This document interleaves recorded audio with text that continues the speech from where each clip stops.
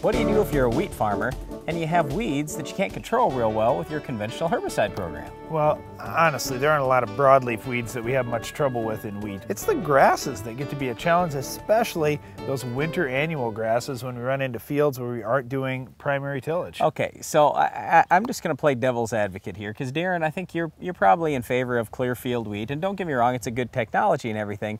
You saying I have a bias? Well, my whole contention is, look, if you put a pre-emerge herbicide down, you spray your grass killer completely separate from your broadleaf killer post-emerge, so you're making 3 trips over the field for herbicide, you're going to wipe out pretty much all your weeds. About the only one I can think of is jointed goat grass. So that's where you got me with this Clearfield Wheat. Well, okay, let's talk about jointed goat grass. You think about it, well, I'm using Axial or I'm using Puma or Discover or something for my grass control. Well, guess what? If you've got jointed goat grass, you're not going to take it out. Even if you're using something better like Clearfield Wheat and you're using Beyond, you're not going to wipe out jointed goat grass 100%, but you're going to do a pretty decent job on it if you get out there on time in the fall. That's the big deal. So this Clearfield Wheat and what we're talking about here, it is a non-GMO product. It's not like it's Roundup Ready. It's not like it's BT corn. Those things were genetically modified. This was not. This was done through natural selection. So we have Clearfield Wheat and it will withstand Beyond, which is basically the pursuit chemistry, if you're familiar with that from many years ago in soybeans. You talk about what it does for grass control, but that product also controls an awful lot of broadleaf weeds as well. It's not perfect because it is an ALS product, so there are going to be some resistant weeds like kochia, for example, that it's not going to be perfect on, but that's fine. You can mix other things in for broadleaf control, but getting some of those tough grasses is a big deal. So even in this case, even if you have Clearfield Wheat and you're going to use Beyond later on, you say, oh, it's pretty good.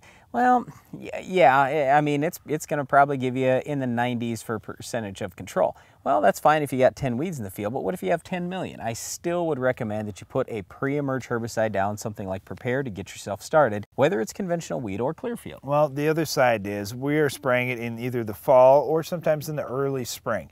Either way, it's not ideal conditions for this chemistry to work. Right. The best luck that we had out of this chemistry was using it in the middle of the summer, early to mid-summer when that crop was actively growing. We had warm conditions, so we got good uptake into the plant. So when you think about it and you say, wow, we're doing a pretty good job on jointed goat grass control and we're spraying it in the fall when it's a little bit cooler, I'd say that's saying quite a bit for this product and how it's going to do on the grass weeds for you. Yeah, so we do think Beyond is a good product and it's fairly reasonable in price, but there are a couple of problems with it. For one thing, you can't use it every year, and basically we're worried about resistance developing. So we want you using Beyond maybe once every 4 years, at the most once every 2 years. The other problem with Beyond is it's going to have some soil residual. Now that's good and bad. I mean, it's going to kill weeds for a while, but for example, you can't plant sunflowers the next year. You can't plant sugar beets for several years after that. So you have to be real careful what ground you're putting this Beyond on. You do have to pay attention to a number of things, but again, it's a non-GMO option for you. You just have to switch which wheat varieties you're using, and there are some good Clearfield varieties out there. Use some Beyond, preferably in the fall, but if you need to in the early spring, and do a nice job on some tough weeds. Well, it is nice to have another option out there rather than just conventional wheat. So even though